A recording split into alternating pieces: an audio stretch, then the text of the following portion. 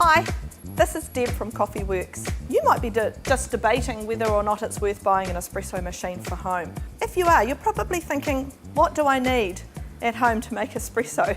Well, of course, there is the espresso machine itself, and there's so many options on the market. I think mostly you need to think about your budget.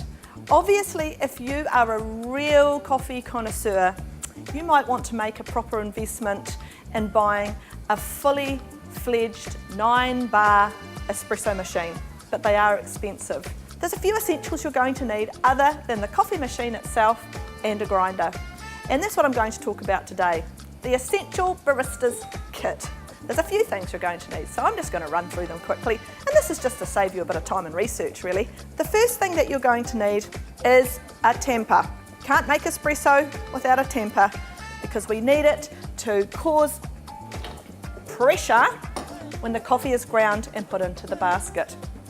Now, one thing that a few people are a little bit confused about is the size of the basket. When you get a coffee machine, or when you buy one, you may find that you actually get 2 baskets. These are the 2 baskets here. And what is the difference? Well, this one here is going to make double espresso. So it's about 8 grams of coffee per shot of espresso, which makes 30 mils of espresso. So if we're going to make a double shot, we need about 16 grams of coffee to produce about 60 mils of espresso.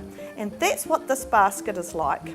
This basket here is an 8-gram basket, and it makes a single shot of espresso.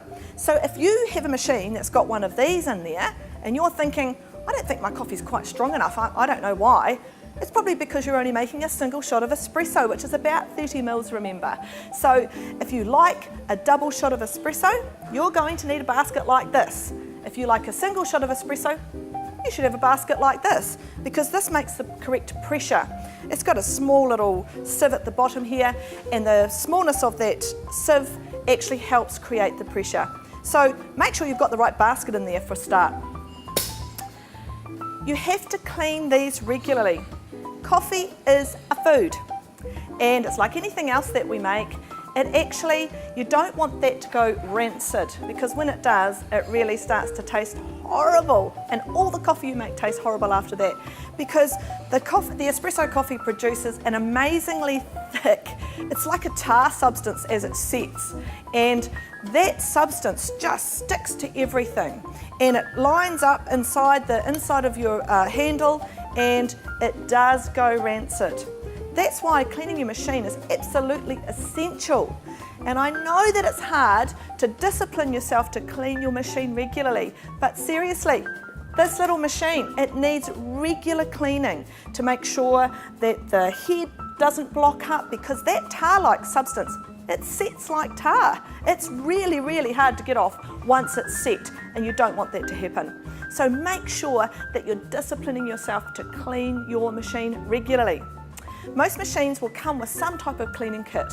Some of them have descalers, some of them have tablets you're supposed to put in, others have a powder. Whatever it is that's been supplied with your machine, or if you've bought a machine without cleaners, you need to get some.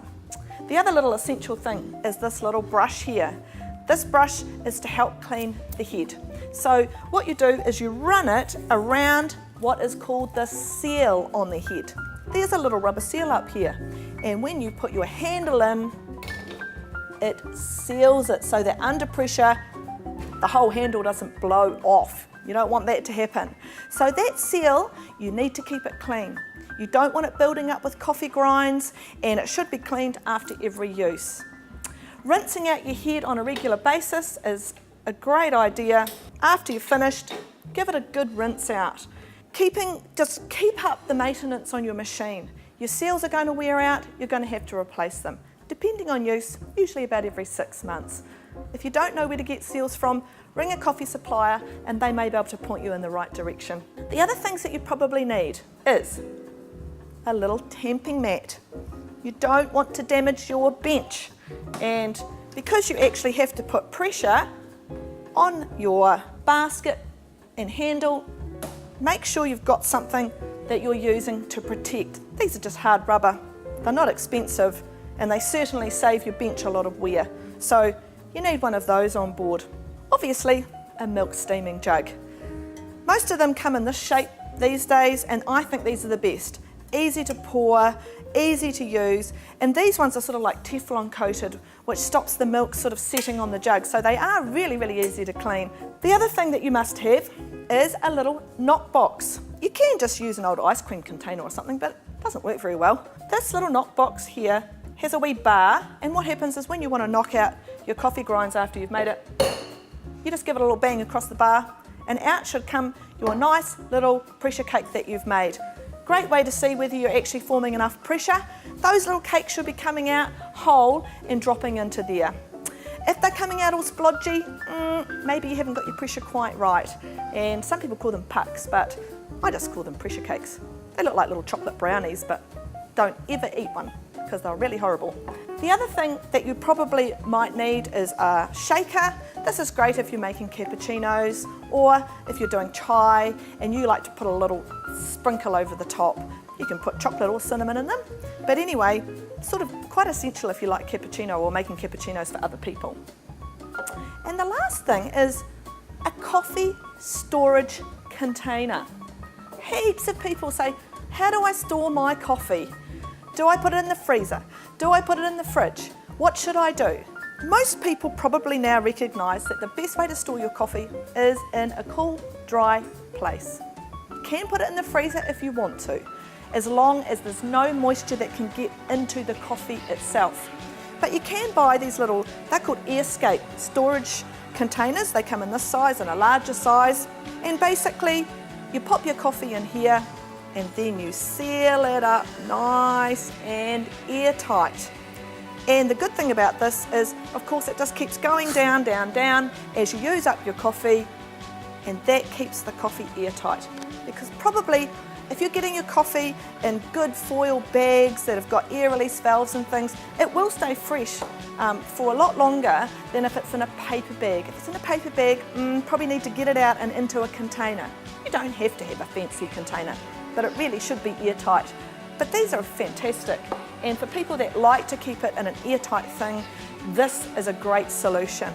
There is a little bit of investment here with all these wee bits and bobs, but if you want to be a home barista and you want to look like you're professional at what you're doing and feel good about what you're creating, you need the right tools. So all of these things are generally available from any of your good coffee retailers.